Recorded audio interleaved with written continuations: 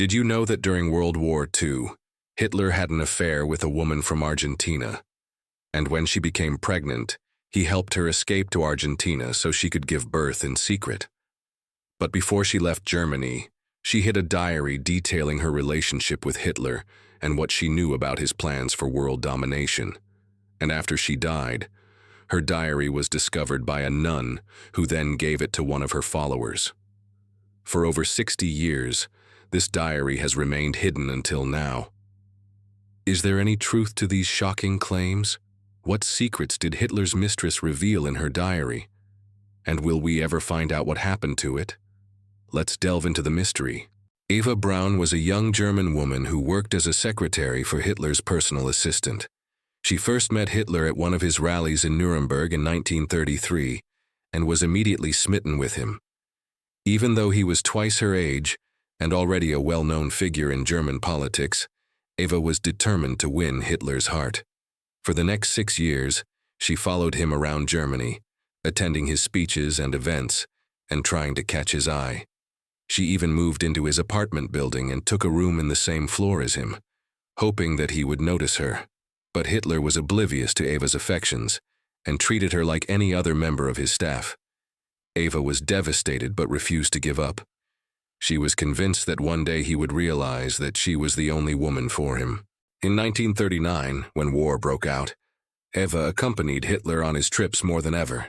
She assisted him with his correspondence and typed up his speeches. She also acted as a liaison between Hitler and some of his top aides, such as Joseph Goebbels and Wilhelm Frick. During this time, Eva's relationship with Hitler began to change. He started to confide in her more and even invited her to join him on his private plane and yacht. Eva was overjoyed but kept their relationship a secret from everyone, including her own family and friends. She was afraid that if anyone found out about her affair with Hitler, she would be ostracized and ridiculed. Eva and Hitler's romance continued throughout the war, despite the constant threat of air raids and Allied invasion. They managed to steal small moments together whenever they could, whether it was a quick kiss in the hallway or a stolen glance across a crowded room. Eva cherished these moments and kept them secret, knowing that they were forbidden. As the war progressed and Germany faced more and more defeats, Hitler became increasingly paranoid and isolated. He began to trust no one except Eva, who became his confidant and sole advisor. He would rant and rave to her about his enemies and his fears, and she would listen patiently, offering words of comfort and encouragement. As the war drew to a close and Germany faced imminent defeat, Hitler and Eva's relationship became more intense. They spent every waking moment together, sharing their innermost thoughts and feelings and making love passionately. They talked about their dreams for the future, which included a small farm in Argentina where they could live out the remainder of their days in peace. But those dreams were shattered when Germany fell, and Hitler's regime came crashing down around them. When the Russians entered Berlin, Hitler and Eva fled to his private underground bunker. There they made a final stand against the advancing troops, fighting until they had no more ammunition. With the situation hopeless, Hitler and Eva decided to end their lives together rather than face capture and imprisonment at the hands of the Soviets. On April 30, 1945, they took a cyanide capsule and lay down side by side, embracing as the world around them descended into chaos. Following the fall of Berlin, Eva's remains were discovered and identified through dental records. However, Hitler's body was never found. It disappeared along with several other high-ranking Nazi officials, leaving behind a trail of conspiracy theories and speculation. Some believed that the Soviets had captured him and taken him to a secret prison where he was tortured and killed. Others believed that he had escaped to South America, where he lived out the rest of his days under a false identity.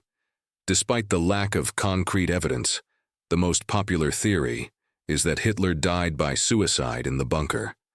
This theory is supported by eyewitness accounts from people who were in the bunker with him, as well as forensic evidence that suggests that the remains found in the garden were indeed Hitler's.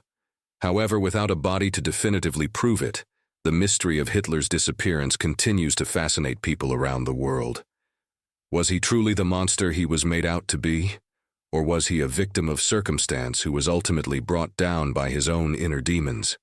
Only time and perhaps future discoveries will tell. In the aftermath of World War II, much of Europe was in ruins.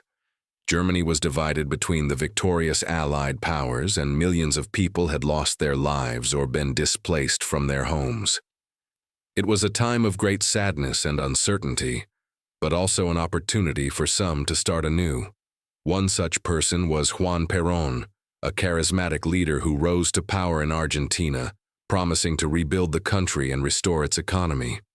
Under his leadership, Argentina experienced a period of rapid growth and prosperity, becoming one of the wealthiest nations in Latin America. But Perón's success was not without its critics. Many saw him as a dictator who had seized power illegally and ruled with an iron fist. Nevertheless, he remained popular among the masses, and when he died in 1974, he left behind a legacy that would live on for decades.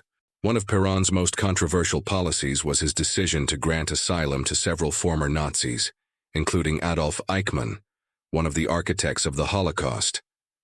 These men were wanted for their crimes against humanity, but Perón saw them as skilled professionals who could help rebuild Argentina.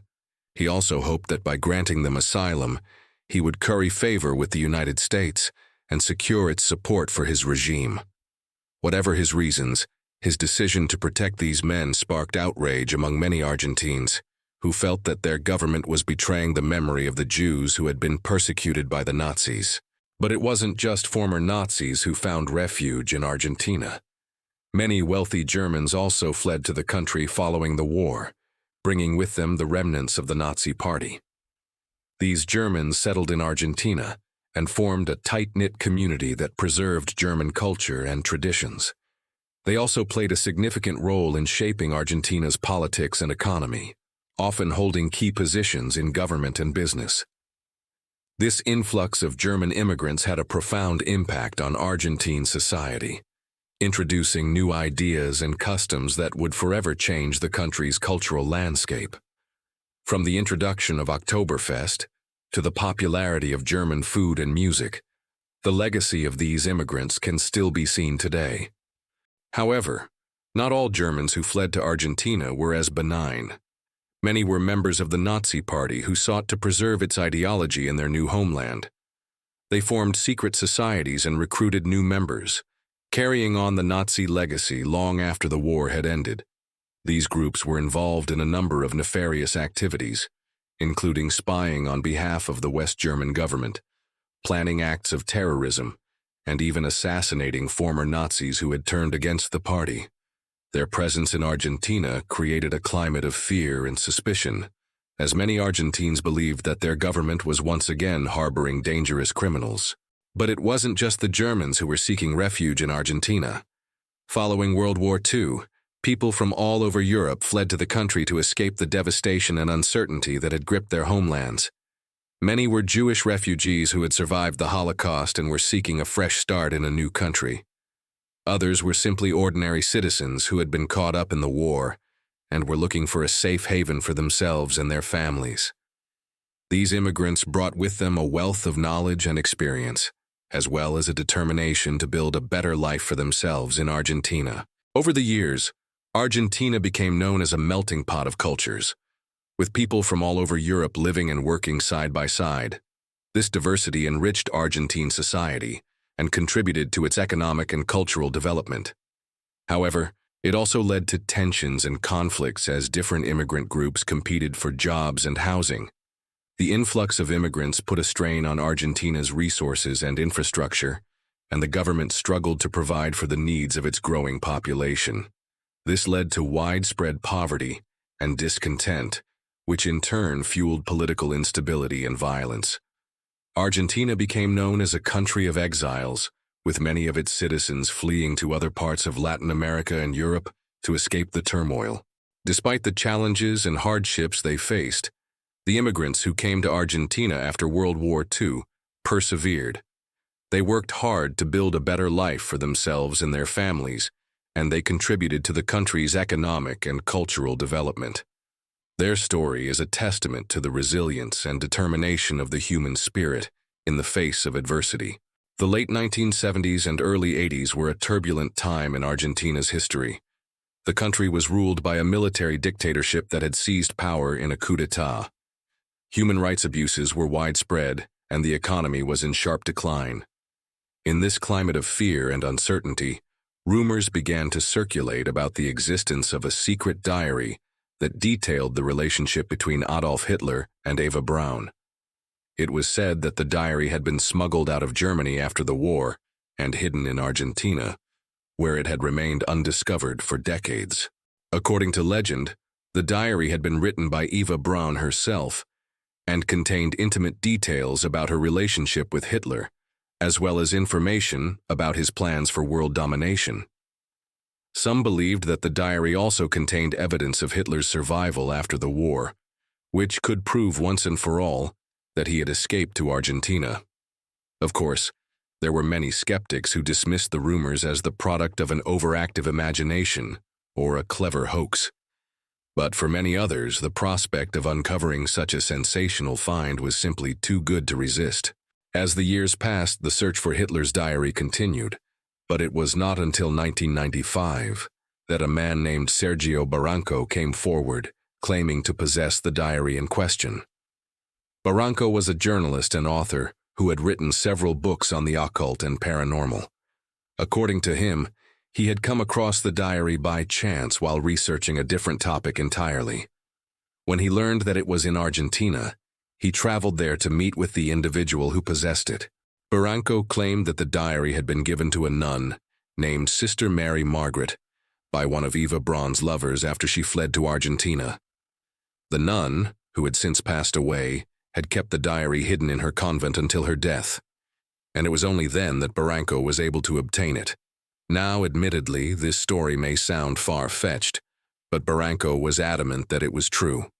He produced the diary as evidence, which he claimed was written in Eva Braun's hand and contained many intimate details about her relationship with Hitler. However, despite the sensational nature of the claims, Barranco never published the diary in its entirety or provided any further evidence to support his claims. He simply presented it as a historical artifact and let the public's imagination do the rest. It is possible that Barranco was genuinely convinced of the diary's authenticity, but he was unable or unwilling to provide concrete proof. Alternatively, it could have been a clever hoax designed to attract attention and generate sales for his books. In recent years, interest in the diary has resurfaced as conspiracy theorists continue to debate whether Hitler really died in 1945. Some believe that he faked his death and escaped to Argentina, where he lived out the remainder of his life in disguise. The discovery of such a diary would certainly lend credence to this theory, but without verifiable proof, it remains nothing more than a conspiracy theory. In conclusion, the mystery of Hitler's diary in Argentina is a fascinating one that has captured the imaginations of many. While there is no concrete evidence to support the claims made by those who believe it exists, the possibility that such a diary could shed light on one of history's most enigmatic figures is a tantalizing one. Whether or not the diary will ever be found remains to be seen, but the search continues to fascinate and intrigue historians and conspiracy theorists alike.